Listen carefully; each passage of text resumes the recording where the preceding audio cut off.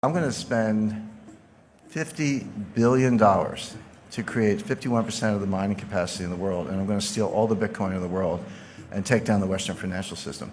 First of all, there's no such thing as cryptocurrency.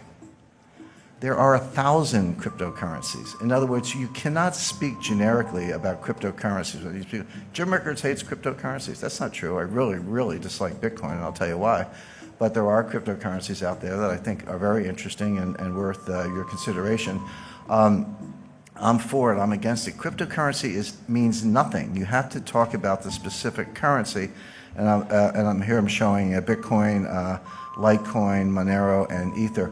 By the way, isn't it fascinating how the graphical representation of cryptocurrencies is always a gold or silver coin?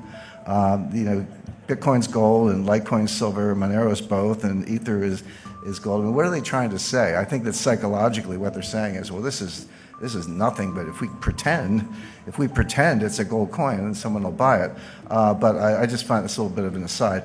But no, it's the same thing is true with fiat currencies. You can't be like or dislike fiat currencies generically. Some people do because they just hate central banks. I understand that. But it's a big difference between a Venezuelan bolivar and a euro. Big difference between a Zimbabwe dollar and a U.S. dollar.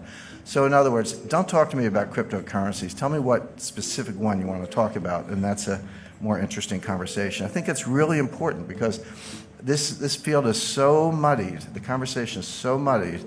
People not distinguishing between blockchain and currency, not distinguishing between different types of currencies, etc.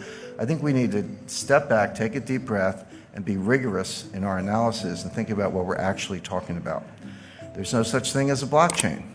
There are hundreds of blockchains. In other words, every currency, every token, every so-called smart contract, if you're using Ether, has a different blockchain. So there are at least hundreds, perhaps thousands of blockchains, new ones being created every day. So again, don't talk to me about blockchain. Tell me which specific blockchain you're talking about, because they're not all the same, and this is critical. The main difference, there are many differences in this blockchain technology, but the main difference is validation. Because remember, the whole idea of cryptocurrencies and blockchain and the original Bitcoin and what Satoshi Nakamoto came up with is that we're going to have a trustless system. We're not going to trust banks. We're not going to trust clearinghouses. We're not going to trust exchanges. We're not going to trust central banks. We're not going to trust anybody. We're going to have a decentralized system that a community can validate, and we don't have to rely on anybody in particular. That was the original idea. So the question is, what's your method of validation? And that's what distinguishes one blockchain from the other. So I've listed 4 of them here, but there are others. Proof of work, that's what blockchain uses. And you know what the work is? You got to factor these, 87-digit prime numbers into prime factors. It's a lot of computer crunching, completely clunky, completely inefficient, non-sustainable. I'll talk about that in a second. But that's Bitcoin. There's something else called proof of stake, meaning this is what Ether is based on. You demonstrate that you have a certain percentage of the processing power, so you step up based on your stake. There's proof of space. Space is storage space on a hard drive, so I get to vote on the blockchain. I get to vote on validating the blockchain because I've decided to devote a certain amount of my hard drive to that process. There's a new coin called Space Mint.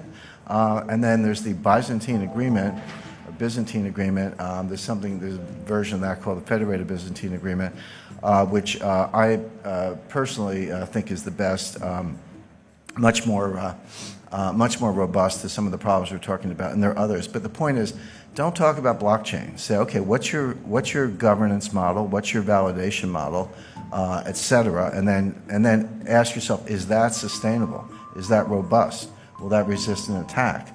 Are your cryptocurrencies going to be stolen? These are the questions you have to ask yourself, and there are no generic answers. So I cannot emphasize enough. Coin by coin.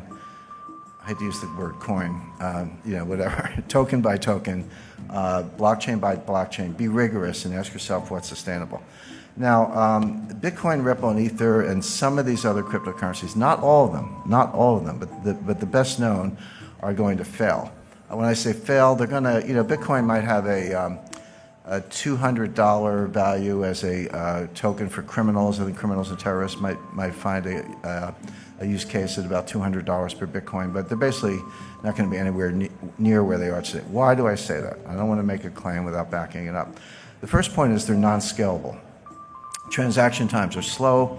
And then when you say that to Bitcoin people, they go, aha, the Lightning Network is right around the corner. You know, Lightning's going to, we'll see. You know, they said that about segregated witness.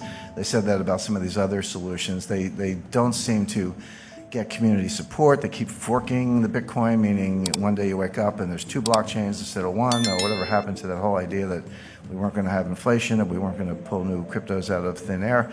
But these solutions, you have to understand what the solution is. So what they're saying is, nobody has a solution for the inherent slowness, clunkiness, non-scalability of the original Bitcoin blockchain. There's no solution for that. So when you hear about solutions, what are they? Well, what they're saying is take a bunch of transactions offline. So everybody in the room could form a group, or let's say every coffee shop in Brooklyn, New York, every coffee shop in Vancouver could form a group. And all the people who want to buy coffee would join that group. And we would agree, so we're in our own little bubble over here, and we would agree that all of our Bitcoin transactions among each other don't go on the blockchain. They just get settled in this sort of separate cloud over here, and then we net them out. So, you know, I pay you 5 Bitcoin, and you pay the person next to you 4, and he pays the lady in the back of the room 10, and she pays me 7, and we net it out, and then periodically, and it could be daily, weekly, monthly, or whatever, we net all this stuff out, and then we take that net and we put that on the blockchain, so that the amount of transactions that have to go on the blockchain is greatly reduced. That's true. But what are we doing? We've created our own network. I got to trust the coffee shops. How do I know they're not going to steal my money? In other words, it's only a solution because you're completely negating the original idea. Well, sure, if you want to tear up the original idea and start over, that's fine, but don't tell me you're adhering to the idea of a decentralized trustless network, because you're not. All you've done is create another network. Somebody, you know, I get trolled on Twitter all the time. People tell me I'm an idiot and I don't know technology and all that stuff. And then my more sour moods, I tell them I was coding before they were born. But as far as some of these things are concerned, somebody said, well, you don't understand payment channels, and I actually do. And I said, yeah, I understand payment channels. We had those in the 50s. They were called party lines, which is, you know, you pick up the phone and someone's talking, you got to ask them to get off the phone so you could go. In other words, there was an AT&T network, at least in the United States, but other people could jump in on this little side thing. You know, that's all it is. These are party lines. So that doesn't work. Non-sustainable. The energy usage to solve the problem and make the proof of work in Bitcoin is now greater than the annual energy output of Ireland. Imagine taking all the electricity used in Ireland in a year, and that's how much we have to use to crunch numbers. By the way, every applied mathematician will tell you that prime factoring is a trivial problem. It's like an uninteresting problem. But it takes a lot of computing power to do it because the numbers are so big and the possibilities are so great. So we're just wasting the entire electrical usage of Ireland. In a few years, it's going to be the entire electrical usage of Japan. Who in this room thinks that governments are going to allow Bitcoin miners to use as much electricity in a year as the entire country of Japan, the 3rd largest economy in the world? That's not going to happen. You know it's not going to happen. It's not very green. It's completely wasteful. In other words, it can't happen. So that's why I say it's non-sustainable. It's going to hit a wall. Non-regulated, you know, I don't have to remind you of all the frauds, new ones popping up every day. It's not just exchanges. Exchanges are, how do exchanges work? Well, you know, I want to go to a Bitcoin exchange. Well, you got to go in, you got to open an account, just like Merrill Lynch or Charles Schwab, right? So, you know, or Toronto Dominion. So you go, you give me your name, your address, your social security number, your bank wire information, give them all that information, and then send them dollars. And they say, okay, you got some Bitcoin, here's your confirmation.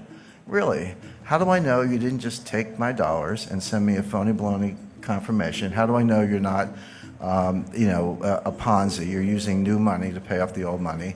How do I know you're not Bernie Madoff in, you know, with a computer engineering degree? How do I know you're not a bucket shop? How do I know any of those things? The answer is you don't.